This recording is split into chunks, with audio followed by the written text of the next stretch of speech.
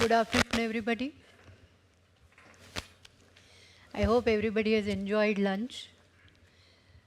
So, after food for body, now let us have sometime more food for mind. We start with the last session, and I request Lopon, Nidup, Wangchuk to present his paper. And after that, we will have some question answers. So, good afternoon to everyone, and I hope that I won't make you all doze off after heavy lunch. So,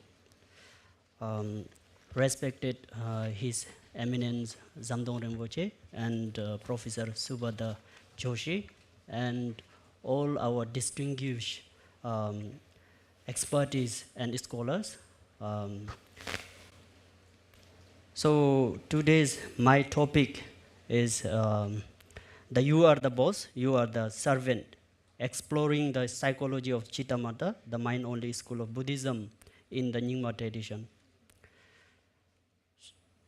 So the Cittamātra, in Tibetan we call Semsampa, and Yogacara, which means like Neljor Chepa, which often translate as mind-only school of Buddhism, is a profound philosophical system within the Mahayana tradition that asserts all phenomena are manifestations of the mind.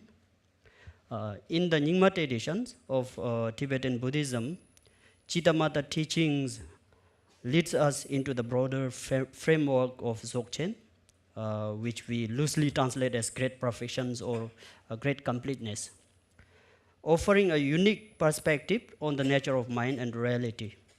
These presentations explore the psychology of Cittamātra through the lens of Nyingma teachings, drawing on the works of revered Nyingma masters such as the Omniscient Longchenpa, Nipam Rinpoche, and Patul Rinpoche, as well as exploring how Western psychology and science define the mind, comparing it to Buddhist understanding. When it comes to my presentation here, I have only mentioned about the Nyingma tradition because just by the Cittamātra tenet itself, it is so extensive and kind of vast teachings that within a short period of time, it cannot be kind of explained or discussed actually. And that's why I have tried to kind of, as being the Nyingma followers, I try to be kind of in this side. As well as here I include some Western psychology and psychologists such as like prominent psychologists Carl Jung and William James, and more recent researchers on consciousness and the neuropsychology such as Susan Blackmore and Daniel Goleman. So here, when it comes to the Western psychologists, I am not expertise in this field, but when I read their books, so I found that there are some quotes from them that which can be relate with our Buddhist psychologies, and then which are almost like close to our the Cittamātra teachings. That's why I have quote here. Cittamātra in Nyingma tradition. Nyingma traditions, which we call as the earlier translation school of Tibetan Buddhism, incorporates Cittamātra teachings into its philosophical and meditative systems. While Nyingma emphasizes the ultimate view of Dzogchen, Cittamātra serves as an essential stepping stone for understanding the relative nature of mind and phenomena. The Omniscient Longchenpa, one of the greatest Nyingma master, elucidates this in his text, Precious Treasury of the Basic Space of Phenomena.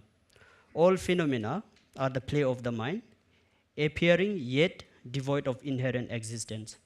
By recognizing this, one transcends the dualistic grasp of subject and object.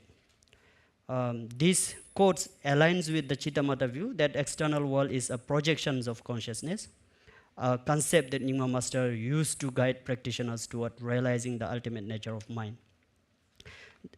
Further, here the great Nyingma philosopher, the Mipham Rinpoche, actually further explained in his work, Gateway to Knowledge. The mind is the creator of all appearances, the source of both samsara and nirvana. By understanding its nature, one can transform delusion into wisdom and suffering into liberation. So the main point here is about the you are the, my title itself is you are the boss and you are the servant, right? When we talk about the boss and servant, it is not something that kind of something like okay, which is kind of supreme being or something like that. But here when I mention the boss, mine as boss, the which actually I mean is that the creative power of consciousness. In the Nyingma tradition, the mind is seen as the boss because it is a primary agent in creating and perceiving reality. This is closely tied to the concept of same or ordinary mind, which generates the illusions of solid external world. The omniscient Longchenpa elaborates on this in his text, Precious Treasury of the Basic Space of Phenomena.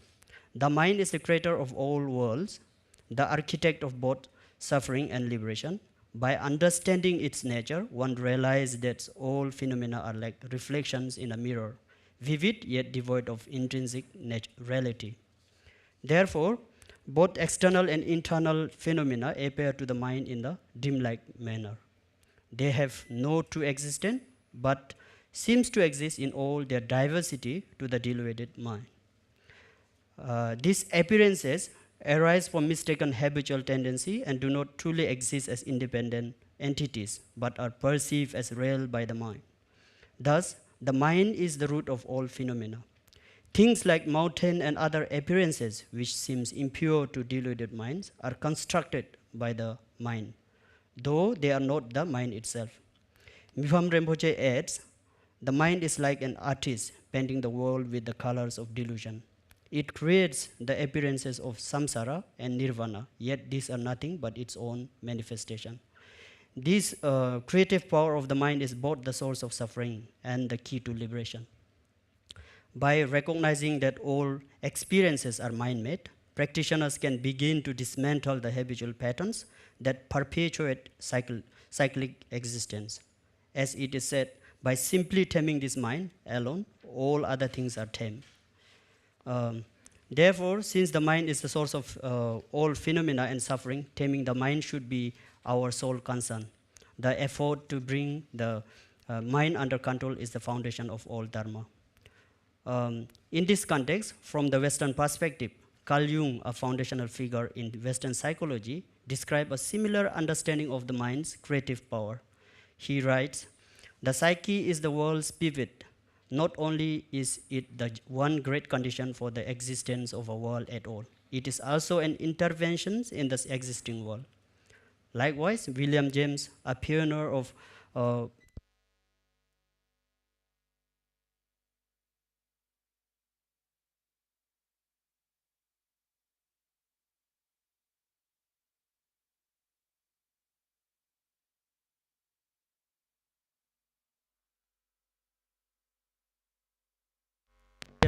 okay, hello.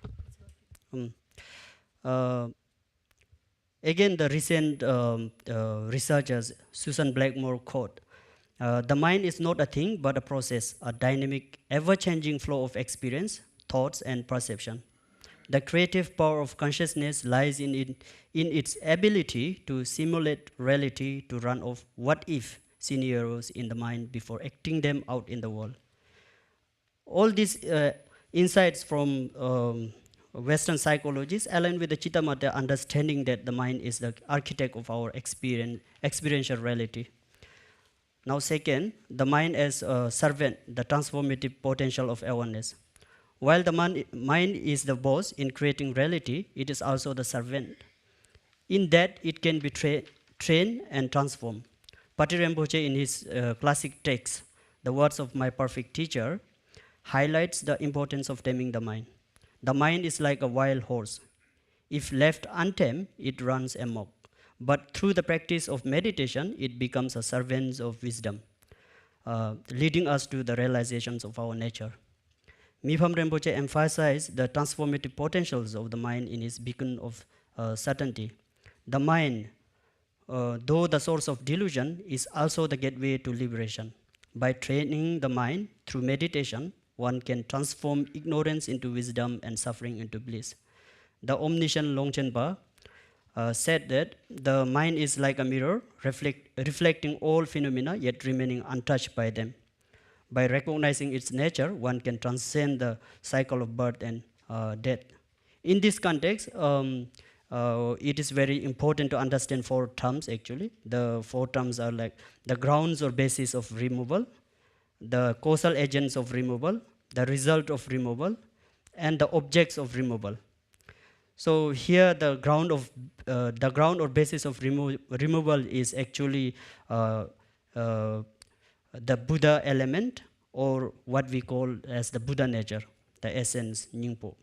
And the causal agents of removal is virtue. Sometimes we call it as a kind of merit also, which leads to liberation, clearing the stains from the ground of removal. This represents the path. The result of removal is the immaculate Sugata Garbha, the actualizations of all enlightened qualities.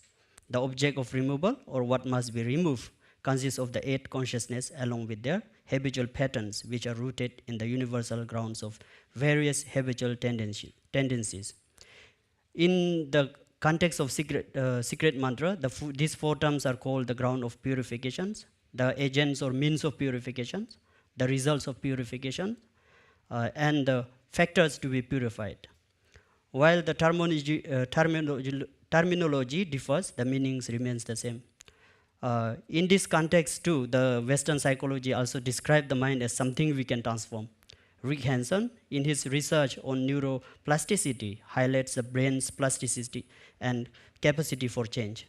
The mind is like Velcro for negative experiences and telephone for positive ones. By consciously focusing on positive experiences, we can rewire our brains for happiness and resilience. Daniel Goleman also said that when the mind serves awareness rather than impulse, we gain mastery over our lives.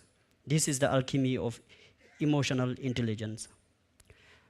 The recent researcher Susan Blackmore also said that the mind is not the master, it is the servant of awareness. When we truly observe the mind, we see that it is just a tool, not the essence of who we are. Such recent psychological research is in concordance with the Cittamātra view of the mind, that while it is a source of delusion, it is also the instrument of liberations. So, and then we need to understand the eight consciousness to understand how our mind is the source of delusions. At the moment, here we talk about the eight consciousness, and now when we talk about the Kunshi Namse in Tibetan, which is the Kunshi Namse, and then it's a consciousness of the universal ground. So it is said that at the moment when cognitive experience occurs in relation to an individual object, the mind that perceives it without distinguishing its object clearly is called the consciousness of the universal ground. The cognitive event that identifies the object as this or that, discerning its feature either roughly or in detail, is referred to as the intellect. Forms are perceived through the eye, and that perception is called visual consciousness. Similarly, sounds are heard through the ear, odors are detected by the nose, tastes are perceived by the tongue, and contact is sensed through the body. These are five sense consciousness.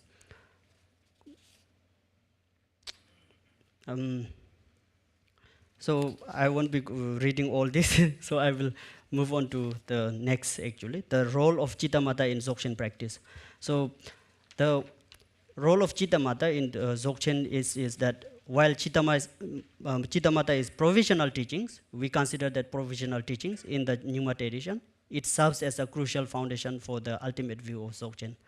The Dzogchen goes beyond the mind-only perspective to reveal the primordial purity, kadak, and spontaneous presence, Nidup, of reality.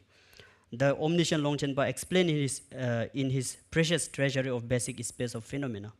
The mind-only view is like a finger pointing to the moon. It helps us recognize that all phenomena are mental projections, but the ultimate truth is beyond even the mind itself.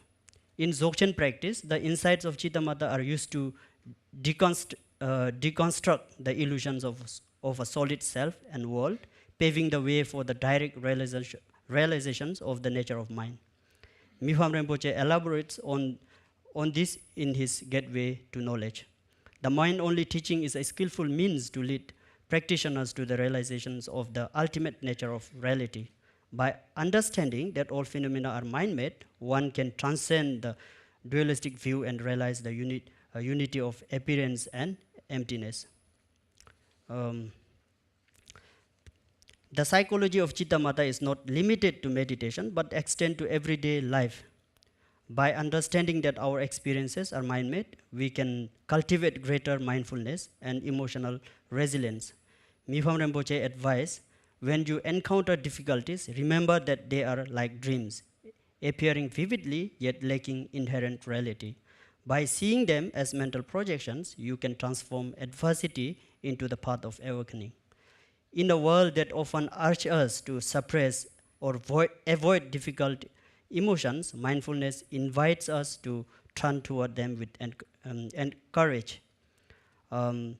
As Susan Blackmore writes, meditation is not about escaping emotions, but about facing them with awareness. This is how we build resilience and find peace. Mindfulness teaches us to observe our emotions without being swept away by them. This is the foundation of emotional resilience. Together, these insights reveal a powerful truth. The true strength is not the absence of turmoil, but the ability to meet it with presence.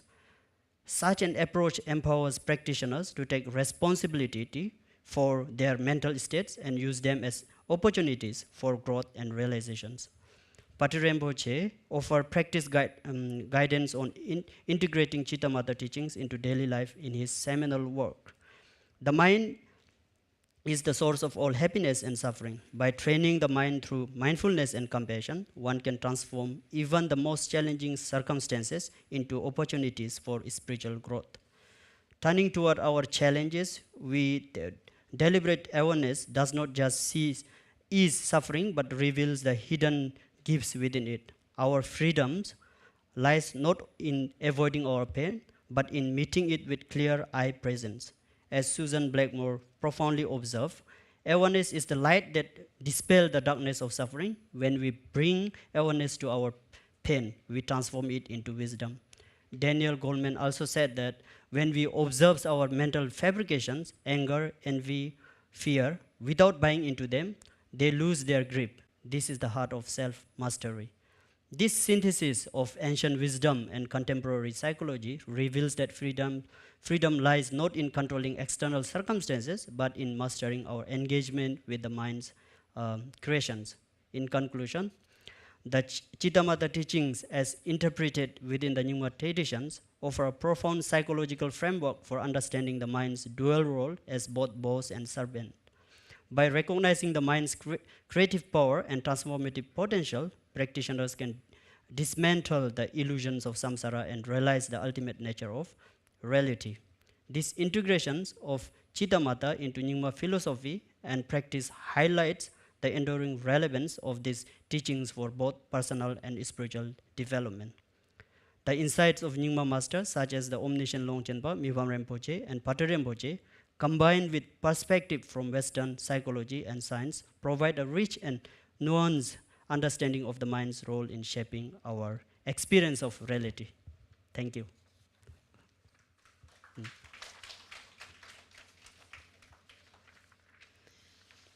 Thank you very much for presenting a paper on a very important topic, the psychology of Cittamātra, and also discussing its relevance, comparing it with modern psychology.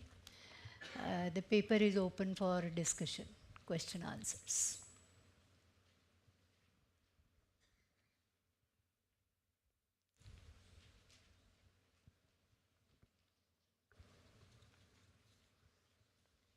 It was very interesting comparative analysis of mind and consciousness that you presented.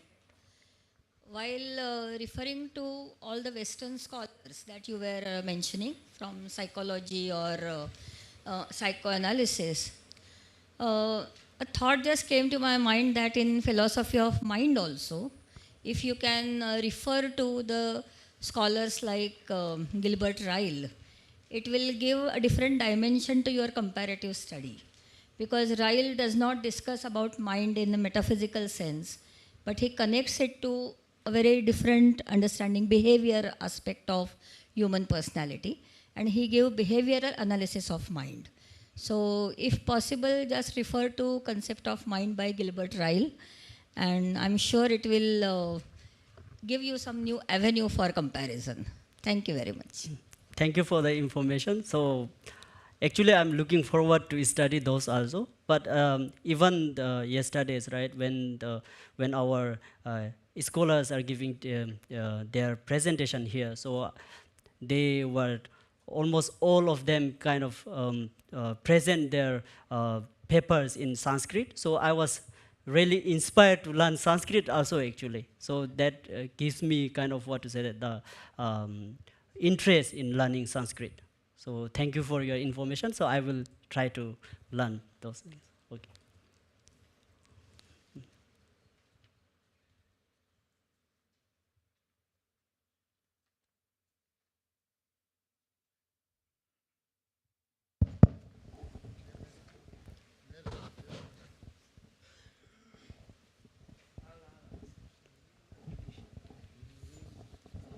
Thank you for the very rich presentation and bringing to light the connection between the Yogacara concept of mind and Dzogchen and how it is applied.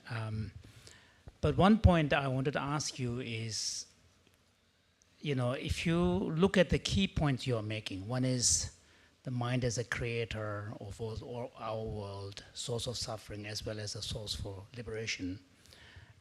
The trainability of the mind and how through kind of transforming your mind you can gain freedom. One could argue these ideas are so basic to Buddhism that you don't need to really bring Yogacara or Dzogchen. Because, for example, if you look at Dhammapada or if you look at Udana Varga, those key ideas of mind as a master, mind as a a servant, mind as a source of your own enemy, how self-mastery, through mastering your mind, you gain freedom. Those, one could argue, are very, very fundamental ideas behind Buddha's kind of conception of path to liberation.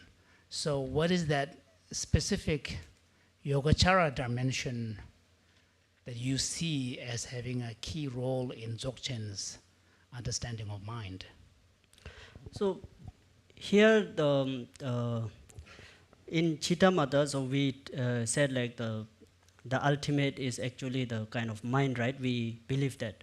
And then it seems like in the Dzogchen traditions also, so we talked about all those, the Rigpa, right? Rigpa. And then it becomes very close to actually, and then the difference is that we in Cittamātra we say like, okay, it is an ultimate, but in Dzogchens we don't really say that actually ultimate. It is not really kind of, even we say like, if there is the phenomena which is beyond nirvana, it is also kind of illusions and dreamlike, we say that. So that's why that the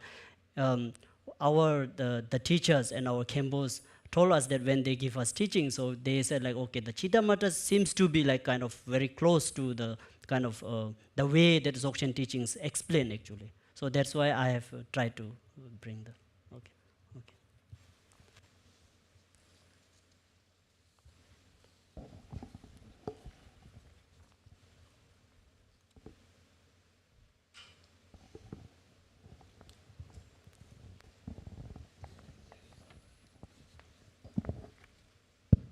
Since nobody is asking question, I don't want everybody to sleep. So, my question is, in the mind-only school presentation, we say everything that you perceive is a result of awakening of your mental imprint or mental predisposition. There's no external existence. Now, can you please compare this with the Madhyamika's statement that things are designated by mind, there is nothing existing from its own side.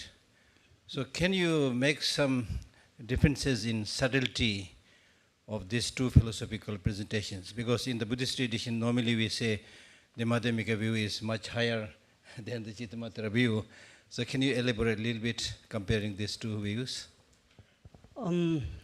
Here the thing is that it is not like my experiential kind of the explanation. So intellectually, so it is like things are emptiness, right? So that from the perspective that emptiness, so it's kind of like there is no something that we can grasp on, right? So in Cittamātra, so the thing is that they kind of believe that the consciousness is the kind of ultimate. So that is kind of the difference here.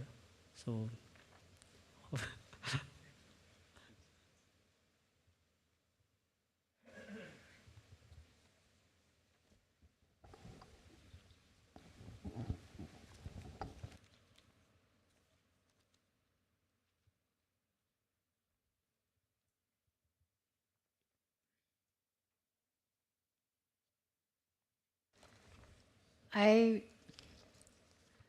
I'm sure that there must be many questions which are there in the minds of learned audience. But maybe the young scholar is there, and the scholars sitting in the audience know already the answers also to the questions. So they are not putting the young scholar into difficulty. Thank you for that. You know, when the problem of mind and body comes and is faced by any philosopher, whether it is in the Indian tradition or the Western tradition, it is a fact that we have a body, and it is a fact that we have a mind.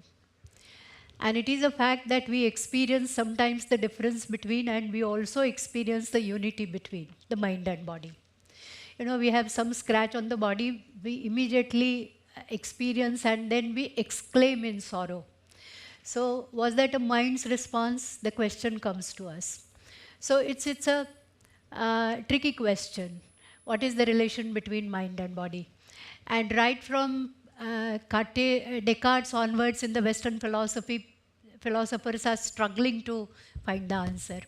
In the Indian tradition, however, the mind occupies somewhat a secondary position compared to the Vedic tradition, where Atman is given predominance. In Buddhist tradition, mind plays a very important role. And therefore, from the Buddhist tradition, especially Yogacara tradition, this particular paper is important. And similarities, you know, as Shankaracharya is sometimes referred as Prachanna Buddha. The analogy, mind is the theatre, simultaneous possibilities, it's the artist of our experience. Shankaracharya uses this analogy of the theatre, and the perceptions pass on, and so 5 sense consciousness which are mentioned. Again, the question is how these 5 consciousness are related to mind. Whether mind has different consciousness, and that consciousness is responsible for connecting it to the mind. The awareness regarding the suffering, the awareness regarding our pain, and that transforming into our wisdom, and the viewpoint is supported by some Western thinkers, is also some important reference which the young scholar has mentioned. So I wish young scholar all the best to go into further deeper readings, and looking at it from the perspective of modern challenges also, and the modern philosophers, and especially those who are working in the domain of mind, I always feel that the overlapping domain of knowledge is between psychology and philosophy. Unfortunately, in Indian tradition, whatever we consider as philosophy, we try to show it as psychology. It has elements of psychology, but suggestion to young scholars is that they may think in that direction and prepare separate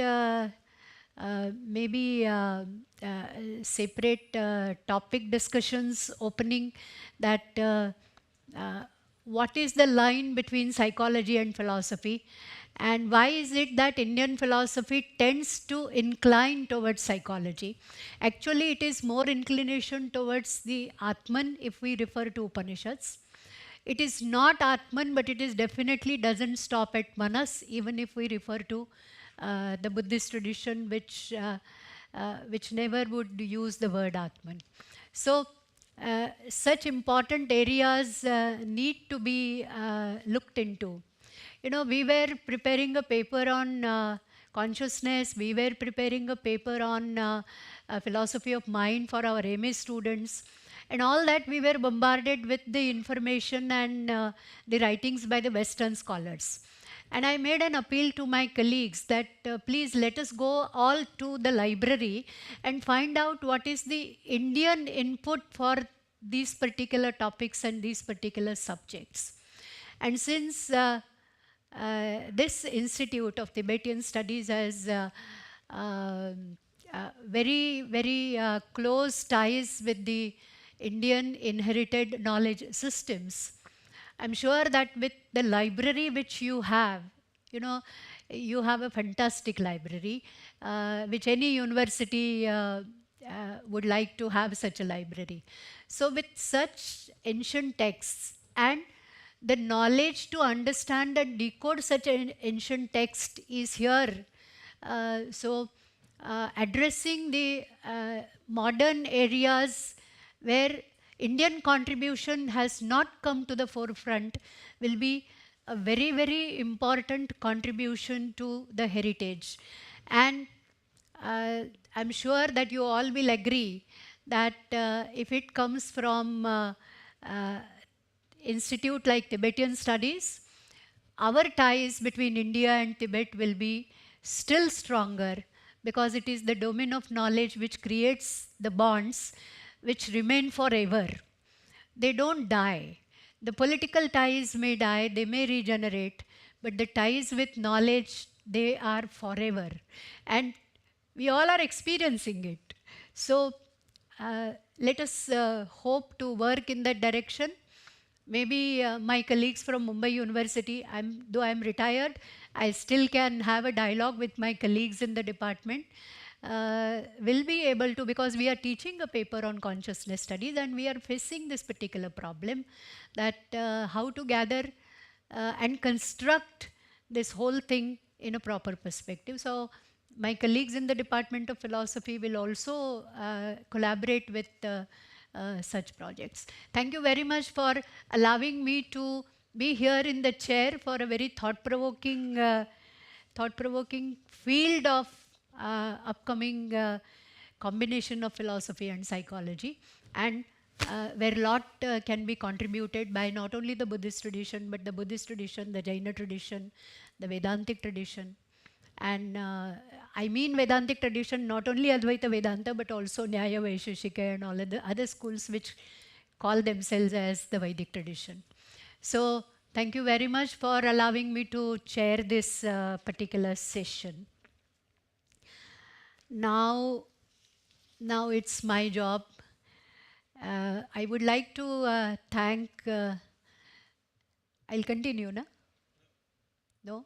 The session is over? Okay, okay. So I thank the organizers for giving me the opportunity to share this particular session. Even though small, very, very thought-provoking. Thank you very much.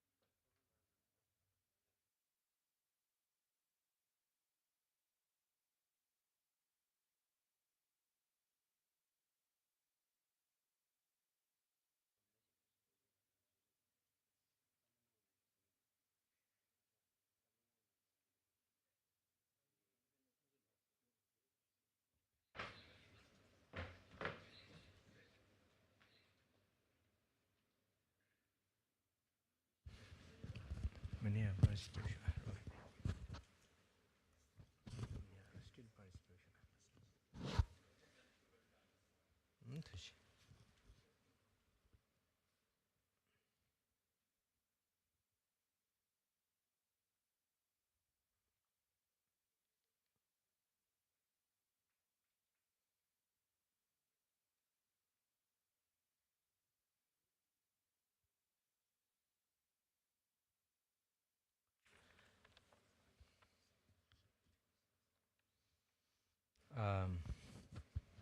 Now this is the last session and concluding session, or sometimes we call it valedictory session. So in this session, the organizers have requested 5 participants to express their views on this seminar that has been going on for the last 2 days. So first of all, I would like to invite Venerable Tenzin Lagzom, please.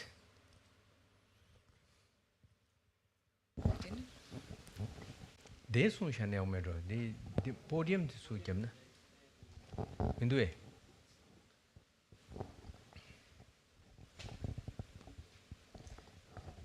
So we've had a very thought-provoking and insightful 2 days, learning about many different topics. And we first started looking at the nature of reality in the different Buddhist and non-Buddhist traditions.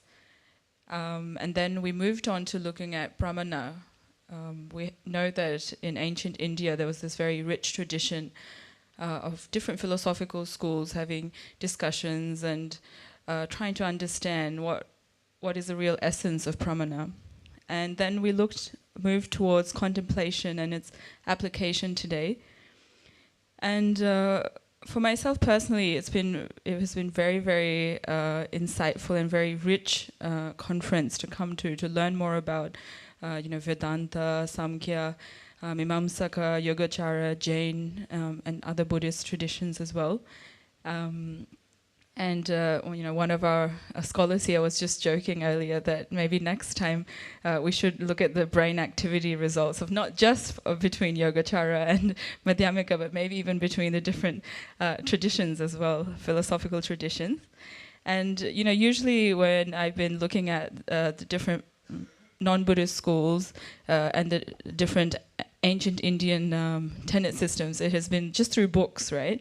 And so, we read about them in the pramana texts and also in tenets as well. So to actually come here and get a more direct perspective from scholars who have been studying these traditions for so many years, and to get your perspective has been very rich, and it really kind of makes me imagine and think about what it must have been like during the time of Nagarjuna.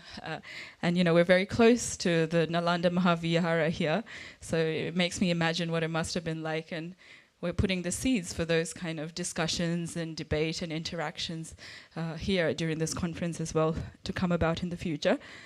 And I would also like to kind of express my gratefulness for His Holiness for bringing about this vision. We know that developing and learning more about the ancient Indian wisdom is really one of His Holiness's major commitment to really revive the ancient Indian wisdom. So I feel very grateful that it's all because of his vision that this program has come to happen as well. And this is the inaugural conference for the Dalai Lama Centre for Tibetan and Indian Ancient Wisdom. And I think it's been such a wonderful program to set the seeds for the future of this centre. We're already having such great discussions and interactions, and this is only the beginning. So I really look forward to hearing more and look forward to seeing what happens in the future as well.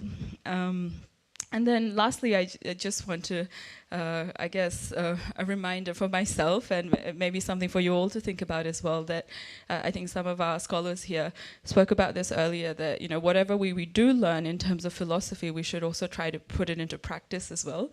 So maybe be able to bring about take these kind of intellectual learnings that we've learned and bring it into a way to transform our minds or soul, whatever you like to call it, but to improve ourselves so that we can be of benefit to sentient beings. So with that, I'd like to hand over to the next speaker.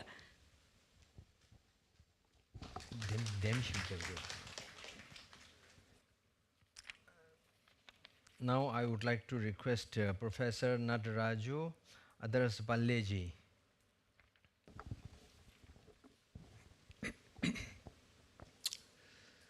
Namasabhai, Chairperson, Director of the Center,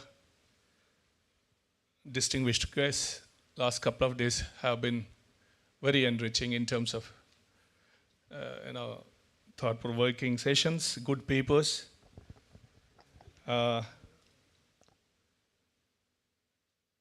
Good that you gave me an opportunity to come and participate. Most of us have attended few hundreds of seminars across the universities. But these 2 days, the sessions, hardly there was a paper, where we felt that, we can walk out of the session or out of the hall. Most of the time, we take a break in between the sessions. Generally, professors are adepts in all that, how to. But we were sitting all through all the sessions. Itself is a testimony to the fact that you have thought about the names, you brought in people who have been working in the different schools of Indian philosophy. And that was a good beginning, good job done. And so a few points that came across my mind as I was contemplating last couple of days. It has been a, Vada Parampara. It is, whether it is inter-school or intra-school, within Indian philosophy, it's a huge tradition of a Vada Parampara. And this center, I hope, as a good research center, continues that tradition. So that's one point, and I wish maybe future we can have the kind of debates that you practice in within the boat, the tradition. I like the way when the students, take out the hand and then do it like this, You make a point and then they do it. It is a gesture. They stand and do it. There is a very, full of energy, that debatorial tradition. Whether that is Vada, Jalpa, Vitanda, it's all right, but still that tradition of, we must continue. And that has been the, lifeline of Bharatiya Darshana Parampara. Within a school, as we were mentioning, Vedanta, there is that intra-school debate. And across the schools, so Buddhist philosophy was never seen as apart from the Indian philosophical schools. It was very much integral to this thinking. That tradition must continue with the research center. On the international stage, also positioning Buddhist philosophy across the international universities is the most easiest thing. It's hard, to take Vedanta philosophy into academic universities. And what my observation has been that there is a lot of leverage when it comes to consciousness studies vis-a-vis philosophy of mind, vis-a-vis phenomenology, vis-a-vis, it is whether it is Professor Miri Al-Bahari, whether Professor Jonathan Ganeri, Stephen H. Phillips, everyone is into speaking about schools of Buddhist philosophy. So you have a wider, audience, academic, acceptance, and that also can be kept in mind. I'm talking about the coming up of this Dalai Lama Centre, His Holiness, and the wonderful vision. And obviously this center needs to integrate the learning of Sanskrit and Pali, without which, I don't know, any of the studies can go ahead. A comprehensive knowledge of Sanskrit, and then comes the knowledge of Pali with both the schools of Buddhist philosophy. That's again has to be. I wish you good luck for the upcoming library. Hope you would have, the manuscripts and also the books. Excellent museum is also about to come up. That's what we are told. I had a couple of suggestions that I shared with the one who is looking after that, how thematic, Buddhist philosophy-based themes could reflect into the museum, and translating books, as Professor Godavarish was pointing out, one of the books on pramanas, he was inquiring whether that's available in English or into Sanskrit, and the answer was no. And as Vice Chancellor, he has started a project at the Sarnath, I believe, Professor Samten, of translating books back into Sanskrit, the Tibet language books. That's another that we can look at for the upcoming center. And, it has been 2 wonderful days spending time on a land where probably Lord Buddha, as Gautama Siddhartha, must have been wandering around. And that thought is so wonderful to have. There is that still energy going on with these people. Last but not the least, food was wonderful. My goodness gracious me, you start morning 7 o'clock and, lunch, and already, there is excitement for today's dinner. There is already an announcement that, look, gentlemen, we have more special things, So I planned for a litti choka outside, but I cancelled it. Sorry, sir. So imagination has already set in, Kalpana. And thank you so much. I would love to associate, think about a couple of MOUs if they work for you, for the center, and wish all good luck for the wonderful vision of His Holiness Dalai Lama Ji. Thank you very much. Thank you very much, Professor Natarajuji. Now I would like to request Professor Ramu Manivannan Ji.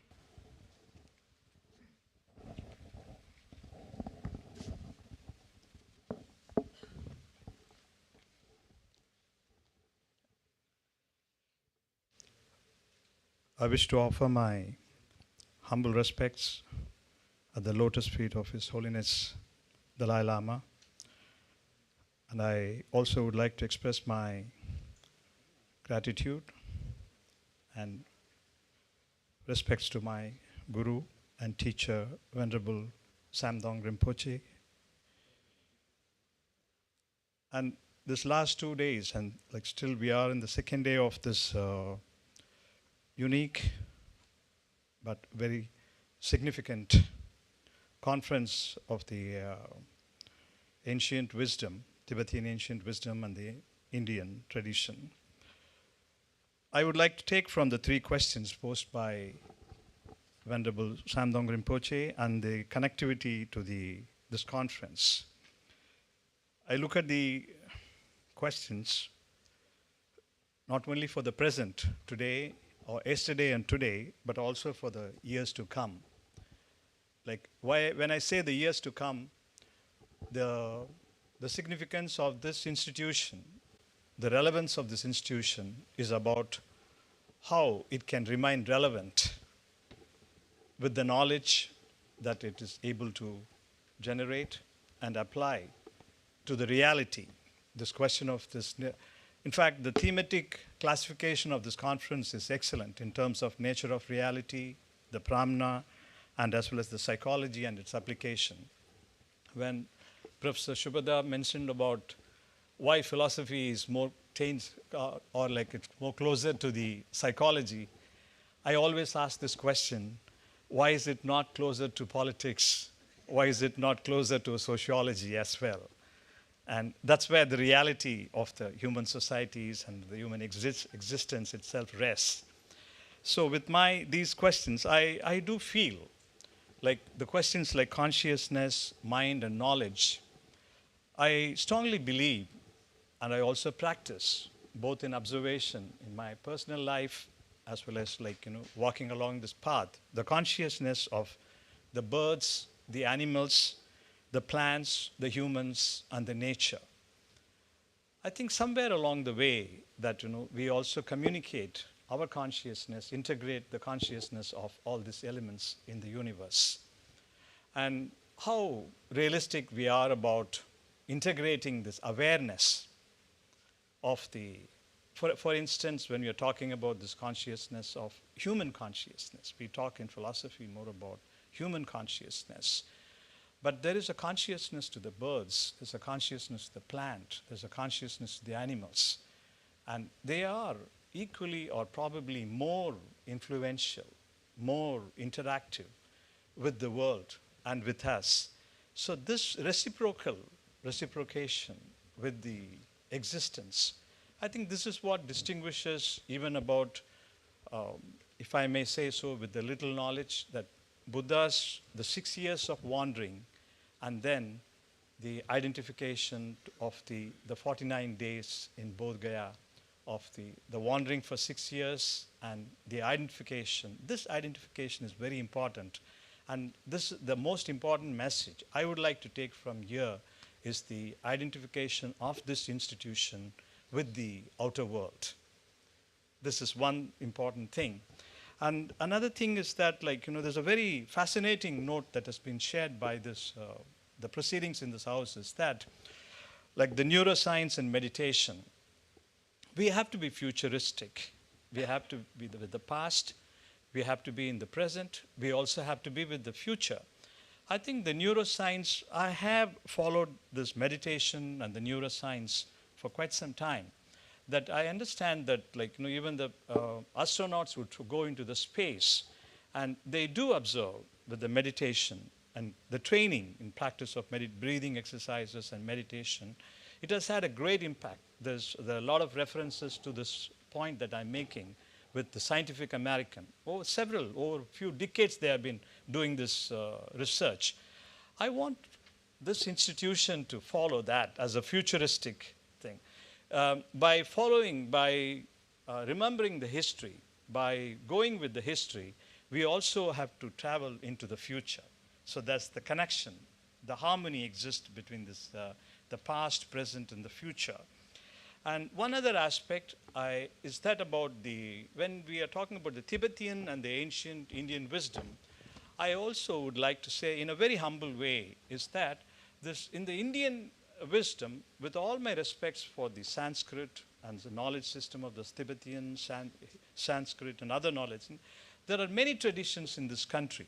For instance, in the South had also had the huge influence of Buddhism. And the Buddhism and Jainism, they've all been kind of like the hidden sides of the, sides are hidden, the history is hidden. So when you go back to see this, the tradition of the wandering monks in the South called as the Siddhas, they're called in Tamil or they're called in Kannada and the other Telugu and other languages that Siddhas. So the Siddha is a very huge tradition of the monks, wandering monks. They followed the naturalist world. So I want us also to open the edges of our offering to this kind of opening the pages to the other traditions in India as well. And I have really been enjoying my presence here. I want to be really grateful to all the teachers and scholars and everyone. Thank you very much. Thank you very much, Professor Ramuji. Now I request Professor Sudarshan Iyengar ji. नमस्कार. सबसे पहले तो मैं इस संस्था के निदेशक की अनुकंपा जो हुई है उसके लिए आभारी हूँ.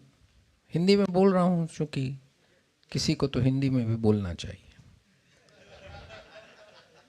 तो परंपरा तो जिनकी अमृत दृष्टि मुझ पर रही है हमेशा, वो हमारे आदरणीय समदोंग रिनपोचे जी ने भी हिंदी में ही बात की.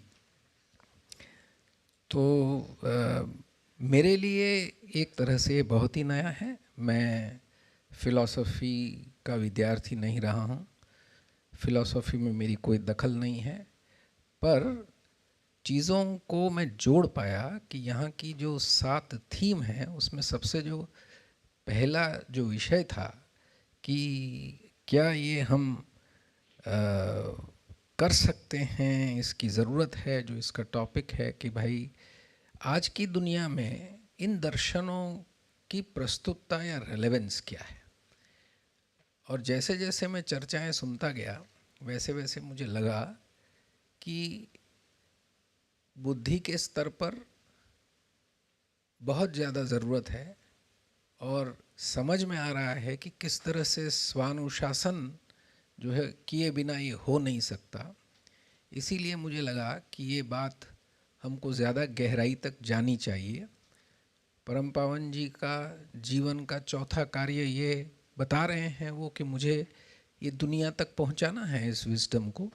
तो ये काम मैं समझता हूँ कि परम पावन जी ने दुनिया में आज तक पूरी ज़िंदगी किया है, पर और भी करना बाकी है। तो हमको कह रहे हैं कि भाई अब तुम लोग करो, मुझसे तो हुआ है, तो ये एक काम बाकी है। और 3 सवाल जो आदरणीय रिनपोचे जी ने पूछ लिए कि प्रस्तुत है, तो मैं नहीं समझता हूँ कि कोई ये सवाल खड़ा कर सकता है।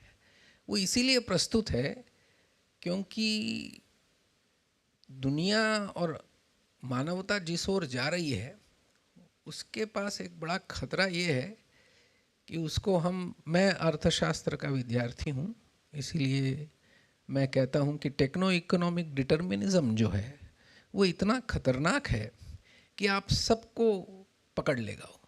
इसीलिए परम पावन जी अगर कह रहे हैं कि मैं आधुनिक विज्ञान और बुद्ध विज्ञान या एंशिएंट हिंदू विज्ञान के साथ कैसे सामंजस्य बैठ सकता है उसकी खोज करनी चाहिए, तो उसमें मुझे लगता है कहीं पर ये जो पूरा दर्शन है, इस दर्शन में भौतिक विकास की मर्यादाएं बहुत पक्के तरह से की गई हैं। इसीलिए ये इसकी प्रस्तुतता है और इसीलिए हमको ये करना चाहिए। तो इसलिए मैं तो बहुत कुछ सीखा, मैंने पहली बार ये चीज़ें पढ़ी। मैं तो गांधी पढ़ता समझने की कोशिश करता हूँ और मुझे गांधी का स्वराज जो है इसी में दिखाई दे रहा है। इतना दर्शन गहरा है, गांधी ने कहा नहीं है पर वो स्वराज की बात करते हैं, और वो स्वराज तो अपने ऊपर ही शासन का स्वराज है। तो ये सारा दर्शन जो है वो ही कर रहा है कि आपकी खुद की अंदर की आपकी खोज क्या है, उस सत्य की खोज क्या है, ये बात हमको आम लोगों तक पहुंचानी चाहिए। दूसरी बात यह है कि अब जैसे जैसे हम आगे जाएंगे तो पहला प्रयास है, जैसे मुझे लगा कि हम आगे जा कर के बात कर सकते हैं जो जिन पर जैन धर्म, बुद्ध धर्म, हिंदू धर्म सब में चर्चाएं हुई हैं कि आर्थिक आजीविका क्या हो सकती है। तो हम लोग सम्मा आजीवा पर क्यों चर्चा नहीं करेंगे? होना चाहिए। सम्मा आजीवा बहुत बड़ा अपने आप में एक फिलोसॉफिकल कॉन्सेप्ट है, कैसे जिएंगे। जैन में भी जो है अणुव्रत हैं, उन अणुव्रतों का पालन क्यों नहीं होना चाहिए। और जैन धर्म में यम नियम जो बने उसको बाद में हमने योग सूत्र में लेकर के उस यम नियम को लिया, तो यम नियम के बारे में क्यों हमको ज़्यादा नहीं जाना चाहिए। तो ये सारी चीज़ें हमको लोगों के पास ले जानी हैं जो ज़्यादा सरलता से जा सकती है। चर्चाएं बहुत गहरी होती जाएंगी, कभी कभी वितंडावाद भी होगा, होने दिया जाए, उसका अलग वो एक अलग विभाग है। विद्याओं में, दर्शनों में अंदर और बाहर दो दर्शन, और अपने दर्शन के अंदर भी मतभेद होंगे, विवाद होंगे, पर उसमें से हमको काम ये करना है कि ऐसे कौन से मूल्य निकल के आ रहे हैं जो हम लोगों तक पहुंचाएं, जिनके बारे में लोगों को जागृत करें। तो मुझे लगता है कि ये केंद्र जो है वो इस तरह के सिर्फ विद्वानों का ही नहीं, पर जिन लोगों को जीने में ऐसा अनुभव हुआ है, ऐसे जीने वाले लोगों को भी, उनसे भी कुछ समझना चाहिए। ऐसे लोगों की भी बुलाकर यहाँ पर चर्चा विचारणा हो, इस संस्था में वो आएँ, और सभी प्रकार के, मैं अभी सिर्फ इसको नहीं ला रहा हूँ कि हमको अभी ख्रिस्ती धर्म या इस्लाम के साथ भी काम करना है। परम पावन जी कहते हैं कि कम्युनल हार्मनी बहुत बड़ी चीज़ है और आज सबसे बड़ा संकट उसी का है, पर पहले हम तो ठीक हो लें, putting our house in order, उसके बाद जो है हम ये ज़रूर करेंगे। तो उस हिसाब से मैं देख रहा हूँ कि बहुत अच्छा एक प्रयास रहा है और मुझे तो व्यक्तिगत तौर पर बहुत ही लाभ हुआ है। मैं चाहता हूँ कि ये मुहिम आगे चले और ये संस्था, ये जो, हाँ, एक अंतिम बात ये कह दूँ कि जो मैं कह रहा था आम लोगों तक जाने का, कुछ कार्यक्रम में लोग जुड़ने चाहिए, कम्युनिटी इंटरफेस के बिना कुछ होता नहीं है। एक ज़माना था जब सारे भिक्षु हैं, साधु हैं, वो चलते रहते थे और अपनी बात समाज में रखते थे, गृहस्थों के पास रखते हुए जाते थे। आजकल हम जरा सीमित हो गए हैं, तो मुझे लगता है कि इसमें हिम्मत नहीं हारनी चाहिए, ये प्रथा फिर से शुरू कर देनी चाहिए। तो हम लोगों को अपने समाज के बीच में जा कर के ये सारी बातें भी रखनी चाहिए, ताकि अभी उनके पास कुछ नहीं है और ये सोशल मीडिया नहीं करने वाला है, ये हमको करना पड़ेगा। तो मुझे लगा कि इस संस्था का एक ध्येय ये भी हो कि कम्युनिटी इंटरफेस हो, कम्युनिटीज़ के साथ कार्यक्रम हो, चाहे वो अपनी खुद की कम्युनिटी हो, दूसरी हो, तो उसमें भी मुझे लगता है कि काफ़ी ताकत है। और परिवर्तन अगर हम जो करना चाहते हैं और जो बताया कि संभव है, कैसे करेंगे, तो फिर मैंने एक दो जो मुझे सूझ रहा है मैंने आपसे साझा किया। फिर से एक बार आप सभी का धन्यवाद और बहुत आनंद आया। खाने पीने के मामले में थोड़ा मैं आस्वादी आदमी हूँ, इसीलिए नटराज को अच्छा लगा, तो ठीक ही है। हाँ, आज तो मेरी वजह से उसने कम खाया है। खैर कोई बात नहीं, धन्यवाद। Thank you, Professor Sudarshan ji. Now I would like to request Professor Shubhada Joshi ji to say a few words, your observation. Thank you very much once again for giving me the opportunity. It has been always memorable experience to be here in the institute. I remember the very first conference where His Holiness Dalai Lama ji was present, and special blessings we received from him.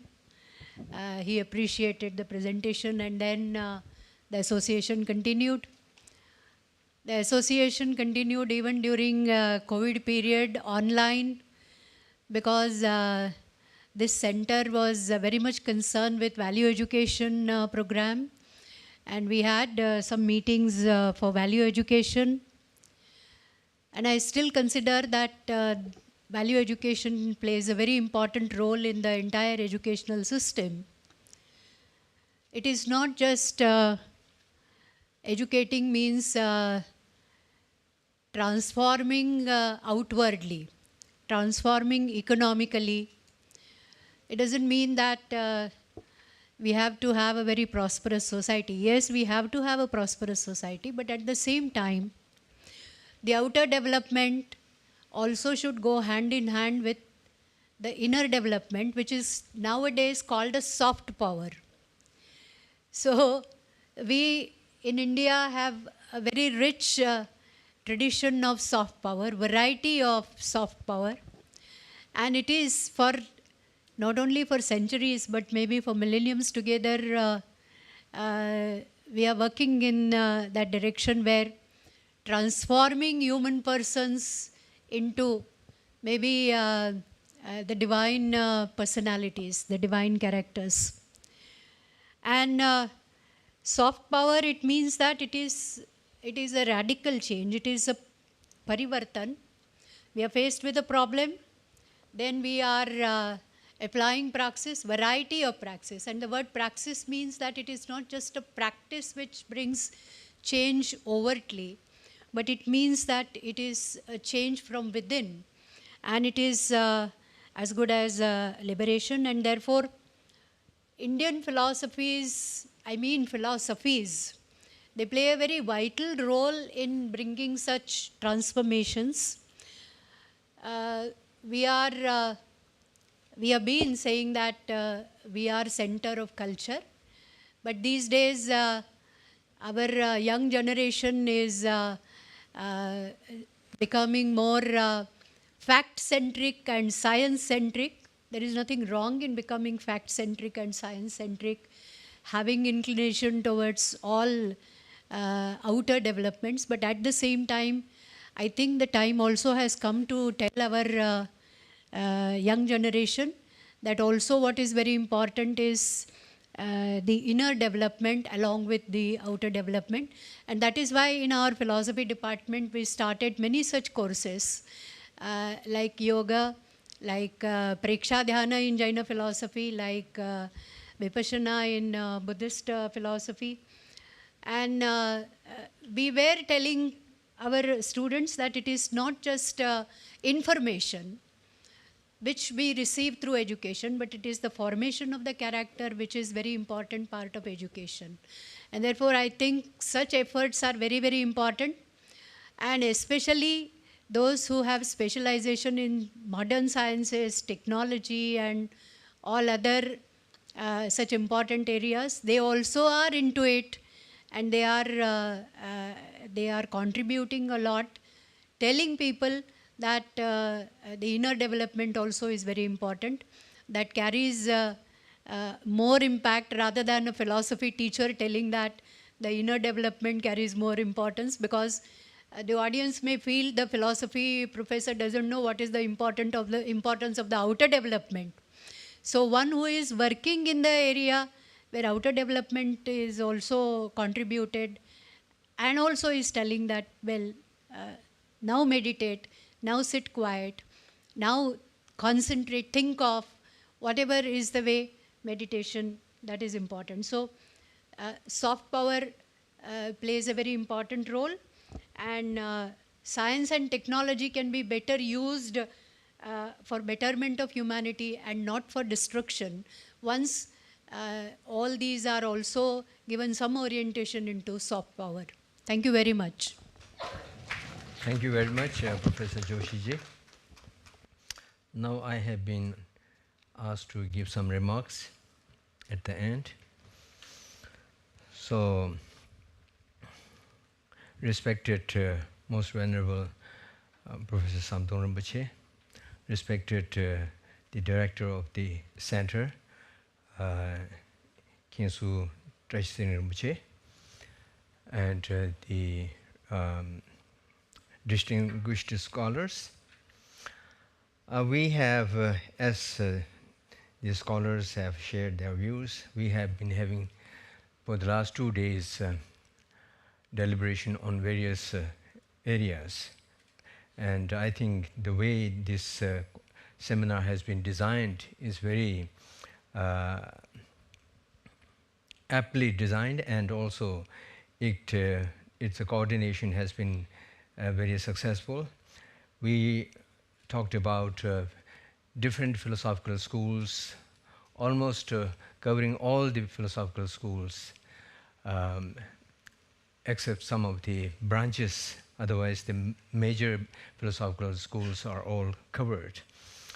And then we also covered pramana and logic, which are extremely important, and we have seen how they are related to each other and how they are, they coordinate with the philosophy, and then how the logic and the philosophy are instrumental in bringing psychological kind of transformations. At the end, we have psychology and its application.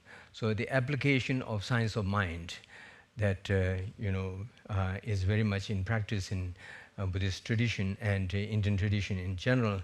So this whole thing has shown that how these philosophical traditions are living traditions, and how this can be helpful and can be practical in our daily life. Ancient India had a very unique tradition of interaction between the philosophical schools, and that developed for centuries, and that was not just simply for decades, but we can see in the texts and treatises how the interactions have taken place. And such intensive and rich interaction has been very much instrumental in advancing further the philosophical schools of all the philosophical schools. And so this we can see as a samvada. As Professor Mishraji on the first day said that assimilation, and we can see the assimilations, exchange and adaptations, adoptions and things like that in the course of such a rich interaction. So this had been the tradition of ancient India, and then Buddhism, so far as Buddhism is concerned, Buddhism went to Tibet and many other countries, but in Tibet it went in the fullest sense in terms of the depth and the height of the philosophical studies and the varieties of different disciplines, and that went to Tibet. And also we can see the textual transmissions that took place in Tibet with a very high level of quality. And then we can see, along with that textual transmission, we can see the transmission of knowledge. And associated with the textual transmission and transmission of knowledge, we can see the transmission of spirituality. So this whole combination of text, knowledge and spirituality, in a sense, the entire tradition of Nalanda, Vikramasila and Takshashila and other great centers of learning, Buddhist centers of learning, went to Tibet. So many think that Buddhism went to Tibet, but if we look into more details, then we can see that not just Buddhism, but also many different traditions of Vidyas went to Tibet. The Kala and the Chanda and the Kavya, Vyakarana and many traditions went to Tibet. And we can see, like, for example, the Vyakarana, the Vyakaranas. About 5 Vyakarana traditions went to Tibet. And among them, the Chandra Vyakarana is very less heard in India, and Manjushri Vyakarana is almost unheard in Indian Vyakarana scholars circle.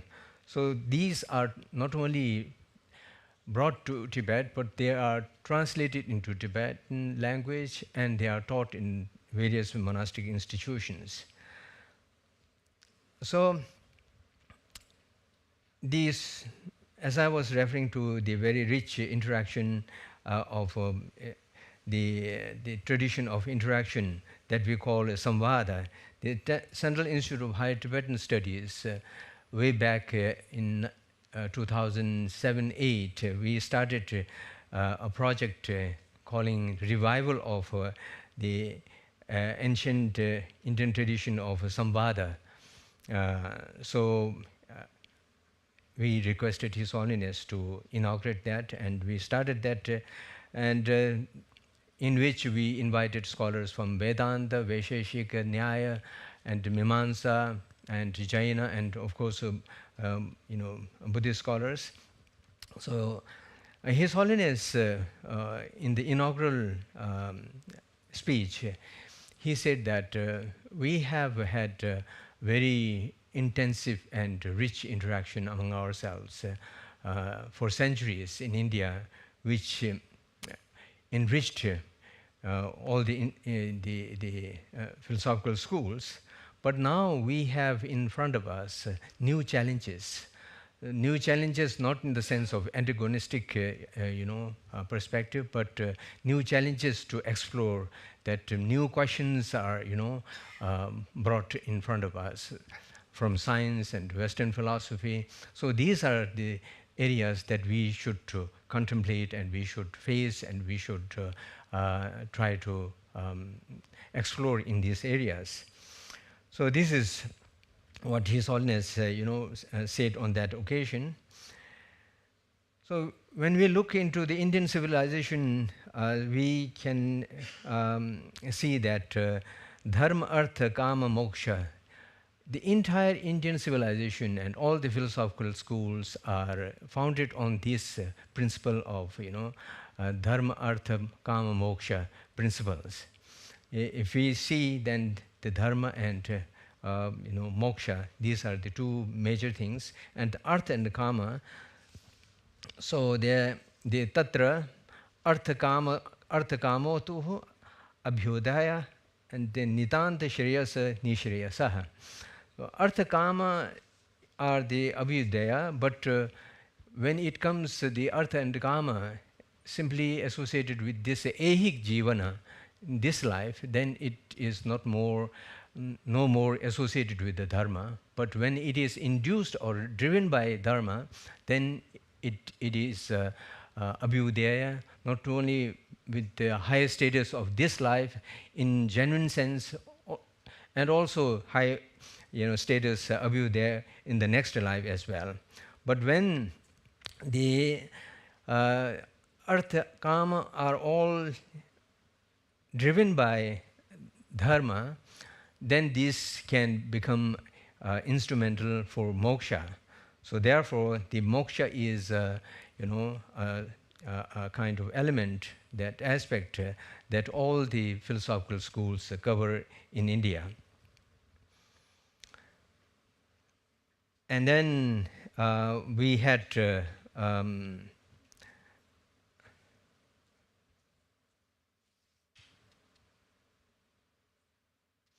so all these sophisticated philosophical school systems, then we have the Nyaya and Pramana, and that we have been discussing for the last 2 days, particularly since yesterday afternoon and this morning.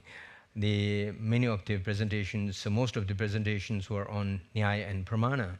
So we can see that how richly developed Pramana system, the logic system and epistemological systems were there in India, in all the schools. And these were a result of interaction among the schools, as Kishitubden Chimbala was referring this morning about the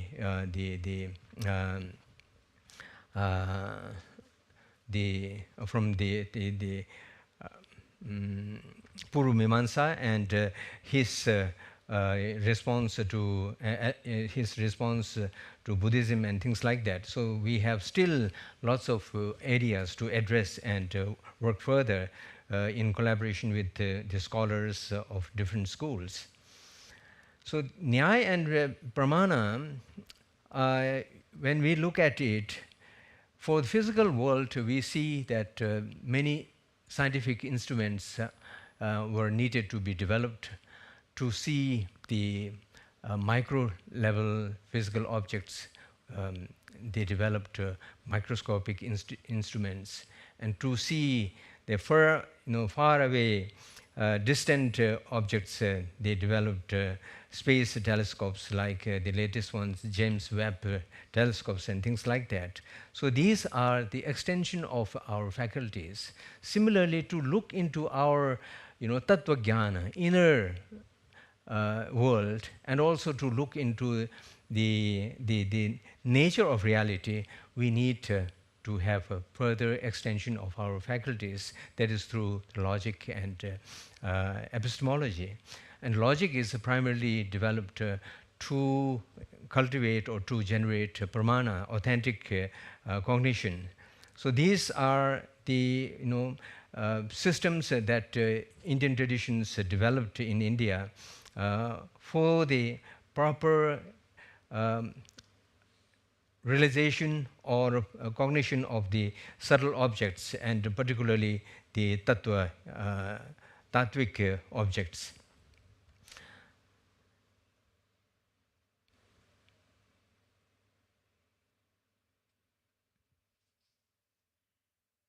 And what is the purpose of this whole philosophy and the development of Nyaya and Pramana? The purpose of the philosophical system, the development of philosophical system is tattva jnana, and the tattva jnana is for mukti and for liberation. So we can say, like, I'm going to quote the shloka from Master Nagarjuna's the Mool Madhyamika Karika, that karma klesha khyayat mokshaha karma klesha vikalpataha te prapanchad prapanchastu shunyatayam nirudhyate. So through the elimination of karma and affliction, there is a nirvana. Karma affliction come from a conceptual thought. These come from mental fabrication. Mental fabrication ceases through emptiness. So now here the karma klesha, why we are interested in the sophisticated psychological system is to understand, basically we do not want suffering, but want to attain eternal or the happiness and peace.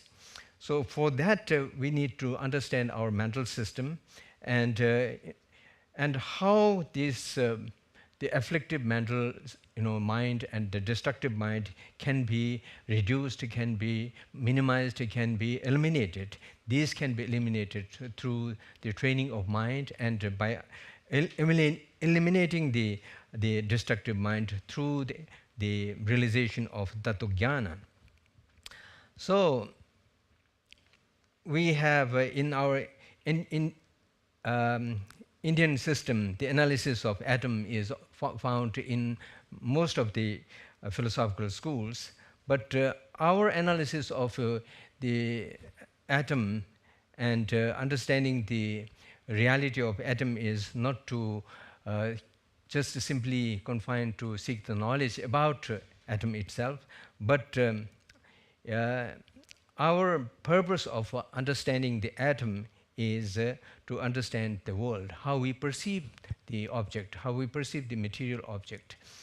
And through understanding the nature of reality of atom, then we understand the material world. And to understand the world, these are all these attempts are made to understand the world and to realize the reality of the world and to change our perception of the world and to change the perception, the perspective of the world. Because when we learn darshana, the reality of the nature, then we see when we realize it or when we understand it, then we change our drishti. By studying darshana, then we develop a certain drishti by which our perception and our perspective changes, how we look at the world. And by having that, developing that kind of drishti, then we change our reaction towards the world. And then by that we change our behavior, and then by that we elevate our spiritual status. So this is how, in nutshell, why we do philosophy in India and Tibetan tradition, and why we are interested in developing logic system and the epistemological system. Because we, in epistemological system, pramana, we need something that is authentic, and in order to get the authentic knowledge of the object, we need to reach there. And in order to reach to the to obtain authentic knowledge, we need a device or a medium or instrument through which we can attain that the authentic the cognition without any avisambadak, without a deceptive kind of characteristic. So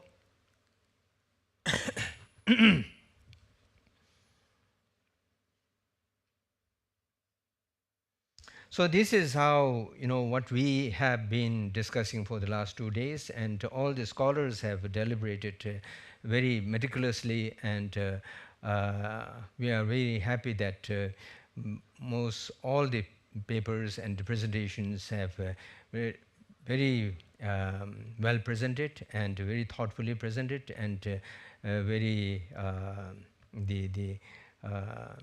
they have delved into the depth of the subjects we have requested them to deliver. So now we have and this is the first Indian National Conference organized by the Center of Indian and Tibetan Wisdom, His Holiness the Dalai Lama Centre for Indian and Tibetan Wisdom. So this is a very historic event. And as Venerable Samten Rinpoche has raised some questions in the beginning, I think this center is not only just relevant, but it is the need of the time. And therefore, as we have been seeing that how much our tradition, the Indian tradition, Indian philosophical tradition, Indian psychological tradition, Indian epistemological tradition, Indian logics tradition, how these are relevant and how these can contribute to the world, to the present world. These are not some kind of antiquities that are kept to be kept in the museum, but they are the relevant traditions and things that need to be learned and disseminated among the members of the society, particularly to the youngsters. So, as an institute of higher learning, it has two kind of approaches. Of course, we will have teachers who will be training the youngsters and whoever is willing to learn about the ancient tradition. We will certainly be providing, the center will certainly be providing guidance and education. And that is one aspect of the center. The another aspect, which is more important, is to do research in this area. That there are a few kinds of avenues of research that can be done by this center. One is to have exchange within ourselves, within our, the philosophical traditions, Indian philosophical traditions, as this morning, Kishadudin Jimbala has said that Kumar Ril's, rebuttal or his refutation of a Buddhist Nyaya, there are many areas which are to be addressed. And I remember that it was way back, more than 10 years back, in India there is a philosophical congregation. Every year there is a Indian philosophical congregation in which one scholar is asked to speak on one philosophical school. And it was in 2007 or 8, I don't remember exactly, but I was asked to speak on Buddhist philosophy. And then I thought that I should write on the current Buddhist philosophical study in India. So then I picked up some of the philosophers, the modern philosophers, about whom this morning, Kishla, you were there, who was teaching in Oxford, right? What? Yeah, Matila, yes. Matila, and then Professor T.R.V. Murthy and some of the professors, leading professors of that time. So I thought to pick up these few of these professors. But then it was going to be a very large kind of area to cover. So then I just confined myself to Professor T.R.V. Murthy ji. So Professor T.R.P. Murthy ji has written really a very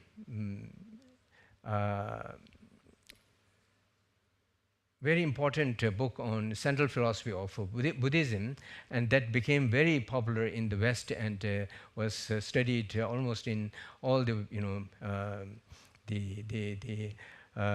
departments, Western universities where Buddhist departments, Buddhist studies departments existed. So I always used to have some questions about how he used to read Buddhist philosophy.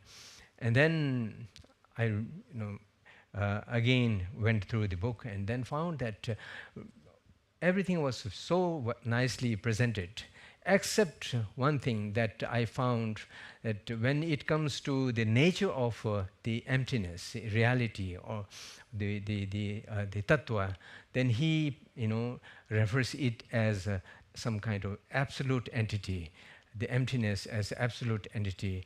And then when he interprets the 5 qualities of the tattva, then he interprets it from the Vedantin point of view. So I wrote on that and then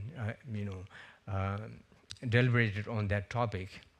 It was in Tirupati, and there were many Vedantin and Sankhya and scholars from different schools were there.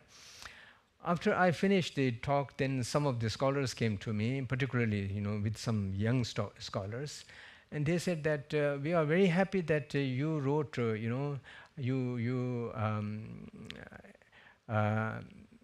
explained or you reacted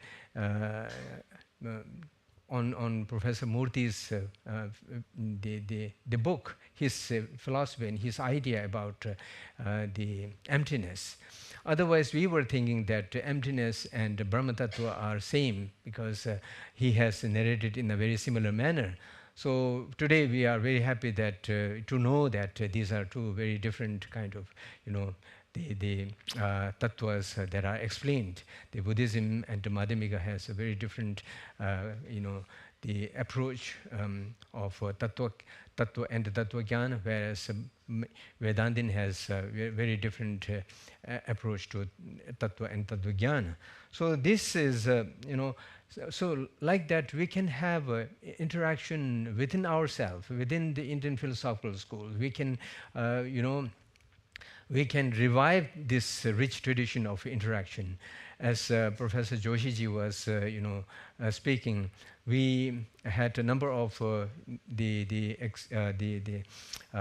dialogue program among the Indian in the name of revival of the ancient Samvada of Indian tradition. So the last was done in 2018 when we had an international conference on mind in the Indian philosophical schools and modern science, in which many of you have attended, and some scientists from the United States and Europe were also present to make their, to put their views. So these are some of the deliberations, and then not only just a deliberation, but also we should work and move further.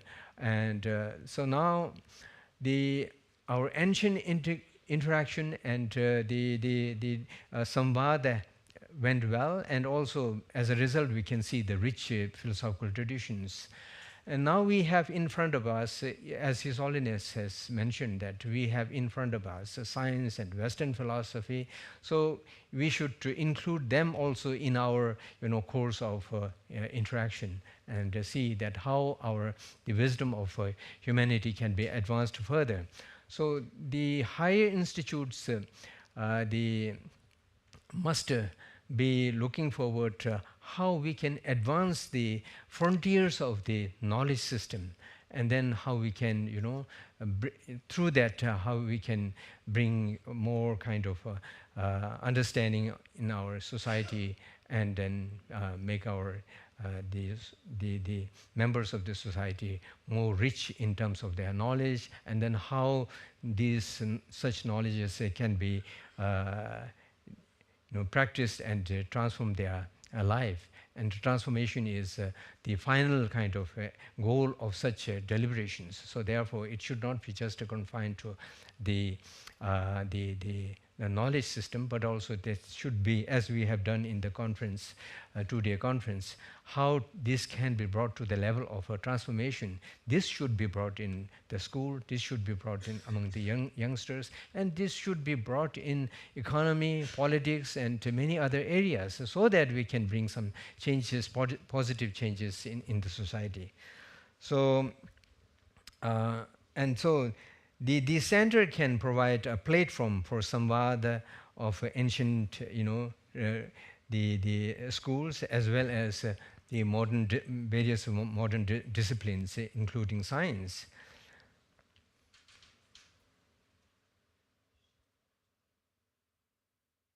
So with this, I would like to, thank on behalf of, not on behalf of the organizer, but on behalf of all the participants, we would like to thank Professor Samten Rinpoche and the Venerable Khyentse Tashi Tsering Rinpoche, the director of the institute, and Kongwe Temba Tsering La, and Mr. Chimi Ringzela, and the other, the Pemba Dorjela, and all the associated staff and the members of Ganden Potang and the Center for the Dalai Lama Centre for Tibetan and Indian Wisdom. So I thank you all for giving me this opportunity. Thank you very much.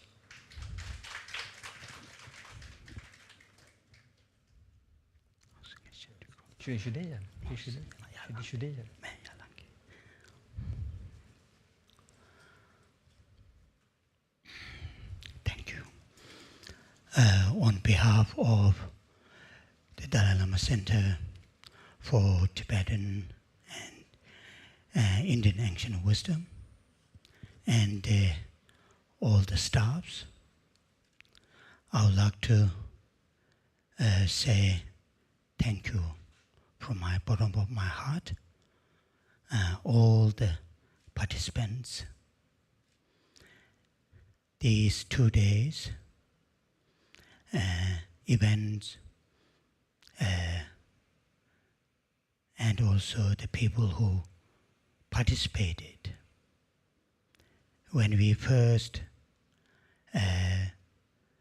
Professor Samten Rinpoche advised us to organize some seminars, and then with the help of Dr. Pemba Dorje, we discussed. And those last, I think October, November, I was very nervous how we are going to organize this and who are going to come. And because of His Holiness Dalai Lama's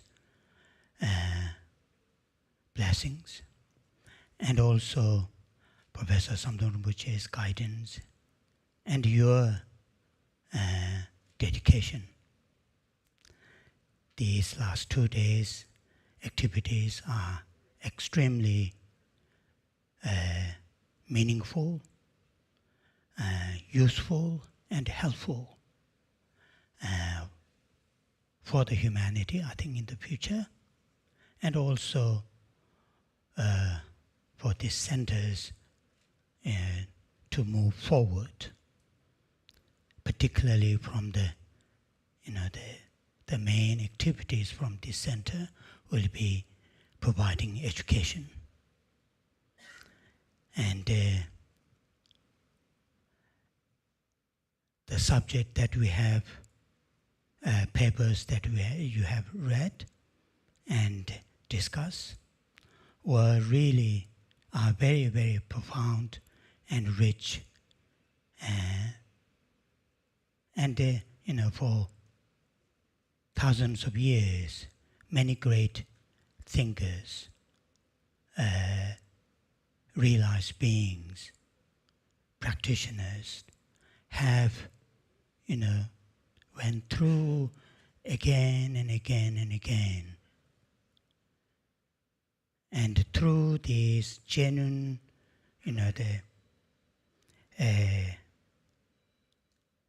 genuine sort of yearning to want to know these profound subjects in order to serve humanity.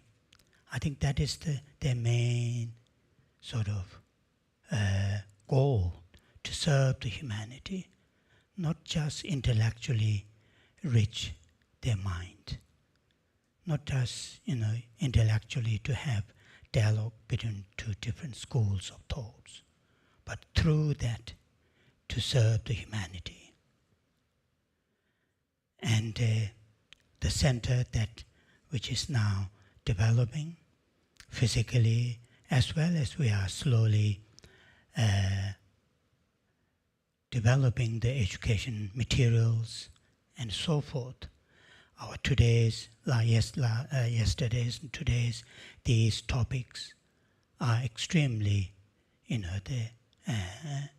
relevant, and these are the main topics that we are going to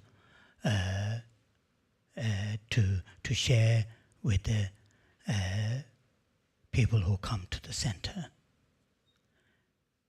Our current challenge is how to deliver these profound, rich topics to the modern, the 21st century people, particularly younger people.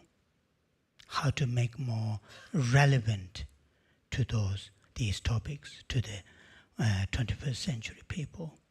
And your presentations and the papers, these will be extremely helpful for our future for the center. So I would like to say thank you for all the people who come here and to have written the paper, read the paper, and also there are other peoples like Dr. Pempatoji, who is one of the main person to send the invitations and also collect the papers and all these things. And also we have other people who have been working behind the scene, like the people who are, there are four or five people came from all the way down Dharamsala to down here, to make the video and what you call the online live streaming and so on and so forth. They are extremely kind and helpful. Also, this venue, Buddha Heritage Resort, when I first saw this and approached the manager, I was a little bit nervous how it's going to work. But they are extremely helpful, very, very generous, very, very, upcoming. Whatever we ask, they come and help us. Now I'd like to thank to them too. And now in Tibetan, there is this statement saying, Thongmar Gyawa, Pardo Gyawa, Tamar Gyawa. It is also very much related to the mental training. And Thongmar Gyawa, we all come here with the positive, virtuous intention to share your knowledge, to bring here and to share. And that is the virtuous thoughts, virtuous intention. And last 2 days, all the subjects that we have discussed are the virtuous subjects. And now is the last, which is the dedication.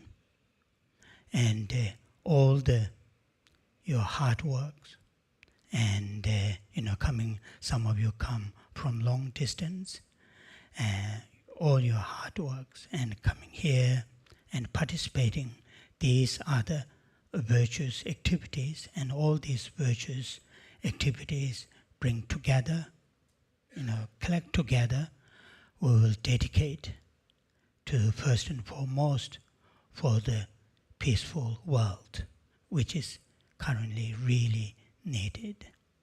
And also, like His Holiness the Dalai Lama, there are many great people, who want to make this world more peaceful.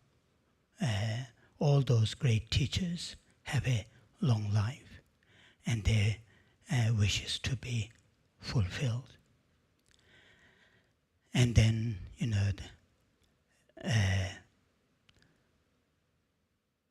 this is the first seminar organized by this center, and we would like to organize more these kind of seminars, and I really hope, and from my heart I would like to request you to think in the future to have your contributions coming to the when we organize. We will send you invitations to come to the seminars and all other activities, and your participation is extremely, what's called helpful for us to move forward this center. Thank you.